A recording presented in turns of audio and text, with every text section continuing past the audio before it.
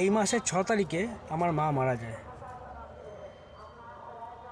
মানে 6 জানুয়ারি। তা এই মারা যাওয়ার পিছনে সব থেকে বড় হাত কাদের জানেন?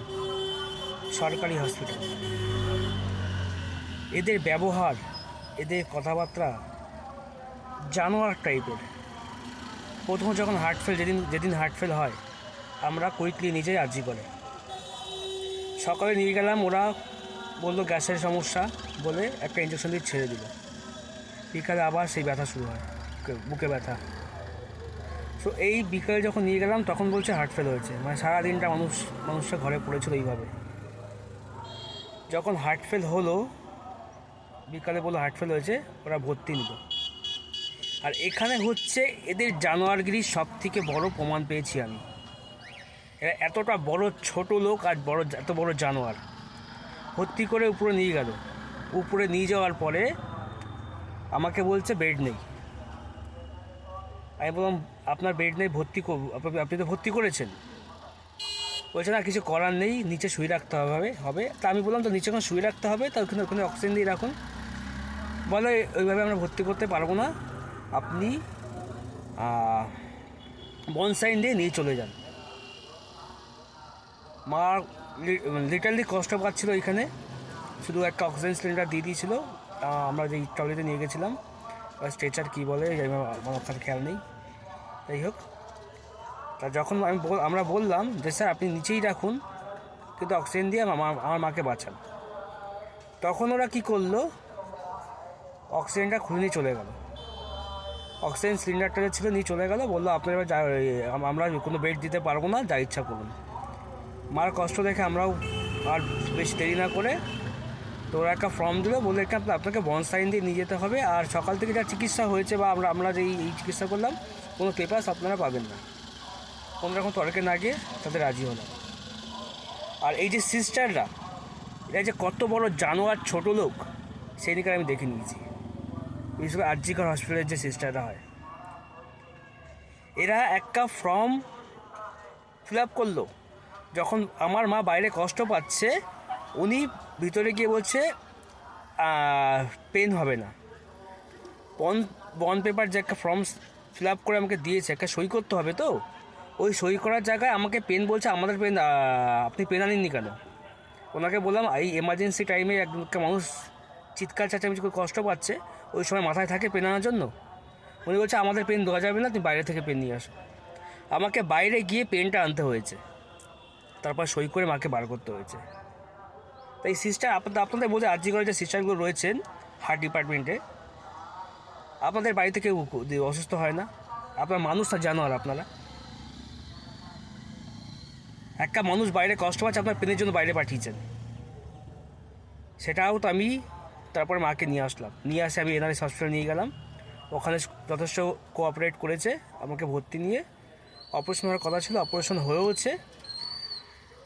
অপারেশন হওয়ার পরে আর এনআরএস আমি দেখি নার্সগুলো যথেষ্ট ভালো নার্স, ওদের ব্যবহারও ভালো।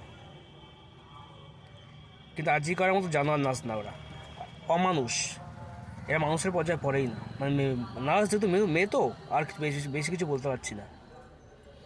তারপরে এনআরএসে অপারেশন হলো। অপারেশন হওয়ার পর হাঁটাচলা বন্ধ হয়ে গেল মায়ের, জানি না কোন কারণে। ডাক্তারকে বহুবার প্রত্যেক মাসে চেক আপ করানো হয়েছে, কিন্তু ডাক্তাররা ধরতে পারেনি। লাস্ট এই 6 তারিখে আমরা মার খুব সিরিয়াস কন্ডিশন দেখে সাগর দত্তে ভর্তি করলাম। কারণ ওখান থেকে বলেছিল গায়ে রক্ত নেই, গায়ে রক্ত দেওয়ার ব্যবস্থা করতে হবে, আর মেডিসিন দিয়ে দেখাতে হবে। এনআরএসের সিট পাচ্ছিলাম না, বহুবার গিয়ে না পাওয়ার কারণে আমরা সাগরতে ভর্তি করলাম, যে অ্যাটলিস্ট রক্তটা আমরা মায়ের গায়ে দিক। রক্তটা তো দিতে পারবে, দিয়ে নিক, তারপরে এনআরএসে আবার দেখবো সিট অ্যাভেলেবেল আছে কিনা। এনআরএসে ভর্তি করলাম আমরা মেবি 4 তারিখে বা 5 তারিখে, 5 তারিখে, 4 তারিখে বা 5 তারিখ করেছি। ভর্তি করার পরের দিনই শুনলাম মা মারা গেছে। তো রাতেবেলা গেলাম আমার মানে যা হয়, একজন নিজের মা মারা গেলে কারোর মাথা থাকে না, তো গেলাম তাড়াতাড়ি, যতটা সম্ভব তাড়াতাড়ি গেছি আমরা। যাওয়ার পরে আমি গিয়ে দেখে অবাক হয়ে গেলাম, নার্সগুলো সব একটা রুমে শুয়ে রয়েছে আর এগুলো এক সাইডে শুয়ে রয়েছে।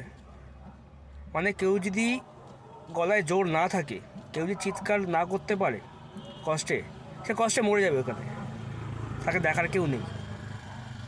সবথেকে বড় কথা, মা মারা গেছে 12:15 6 তারিখে। আমি ডেথ সার্টিফিকেট পেয়েছি 7টার সময় বা 6টার সময়। 4 ঘন্টার জায়গায় 8-9 ঘন্টা হয়েছে। কেন হয়েছে জানেন? কারণ নার্স পেপারসগুলো নিয়েছে আমার কাছ থেকে, নিয়ে সে ঘুমিয়ে পড়েছে, সে সাবমিট করেনি, যার কারণে দেরি হয়েছে। তারপর কী ভাবছেন, এখানে কি আপনার পেশেন্ট বেঁচে আসবেন? আপনার পেশেন্ট ভর্তি রয়েছে, সে চিৎকার যদি না করতে পারে জোরে, সে মরে যাবে। কারণ নার্সও শুয়ে রয়েছে এখানে, আর আপনার নার্স যেই আয়া রেখে দিয়ে এসছেন সেও শুয়ে রয়েছে। আর কিছু বলবো না। ও, ডেথ সার্টিফিকেট নিতে এসেছি আজকে বলছে 15 দিন হয়েছে, এখন ডেথ সার্টিফিকেট দেওয়া যাবে না। ইভেন পেপারটা দেখেও নি, ডেটটা দেখেছে, বললো হবে না। যাই হোক, খুব ভালো আপনারা বলছেন 1 মাসের আগে আপনারা SMS পাঠান না। 1 মাসের পরে যখন আমরা যাই তখনও বলে, যখন আসে না তখন যে হ্যারাসমেন্টটা করেন সেটা আর মাথায় থাকে না। অ্যাটলিস্ট আজকে খুলে দেখতে পারতো যে স্ট্যাটাসটা কী আছে, কতদূর হয়েছে, সেটাও দেখেনি। আপনারা পাবলিক সার্ভেন্ট, আমাদের ট্যাক্সের টাকায় আপনাদের স্যালারি হয়। আপনারা এইরকম মানে একটা হসপিটালে সবাই দেখবেন গেলে এদের একটা ব্যবহার থাকে যে ভিক্ষা করছে, মানে দান করছে, মানে এদের দয়া করছে। কোনো দয়া করছেন না আপনারা যেটা করছেন সেটা হচ্ছে নির্লজ্জতা। আমাদের টাকায় খাচ্ছেন, আমাদের টাকায় আপনার সংসার চলছে, আপনারা আমাদের টাকায় আপনার ছেলেমেয়ের ভরণ পোষণ সব চলে। এই মাইনেটের উপর সব আমাদের ট্যাক্সের টাকাই চলে। মানবিক হন।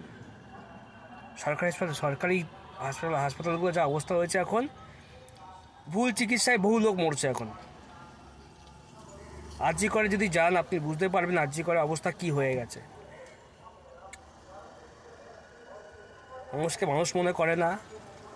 চিকিৎসার ভিতরে ভিতরে ভর্তি তারা জানে কত ভুল চিকিৎসা হয় ভিতরে। একটু সুতরাং আমি রিকোয়েস্ট করবো আমাদের যে রাজ্যের মুখ্যমন্ত্রী আছে বা আমাদের যে হেলথ মিনিস্ট্রি আছে, আমরা হেলথ মিনিস্টার রয়েছে তাদেরও বলবো, হেলথ মিনিস্টার আমাদের মুখ্যমন্ত্রী, তো এগুলো একটু প্লিজ দেখবেন। এরা কিন্তু মানুষের পর্যায়ে পড়ছে না, আর এরা মানুষের সঙ্গে জানোয়ারের মতো ব্যবহার করছে। আর একটা পার্টিকুলার কিছু একটা ব্যবস্থা রাখুন, যেমন একটা পেশেন্ট যদি কোনো মিসবিহেভ করে সঙ্গে সঙ্গে পুলিশ চলে আসছে, সেরকম একটা পেশেন্টের জন্য একটা কিছু রাখুন যেখানে এরা মিসবিহেভ করলে আমরা কোনো জায়গায় গিয়ে আমাদের সমস্যার সমাধান করতে পারি। ভিডিওটা অবশ্যই যারা এই সেরকম প্রবলেম ফেস করেছেন তারা শেয়ার করবেন, যাতে এই রকম সিস্টেমেটিক যে সিস্টেমটা বিগড়ে দিয়েছে হসপিটালের, যাতে একটু হলেও ঠিক হয়। ধন্যবাদ।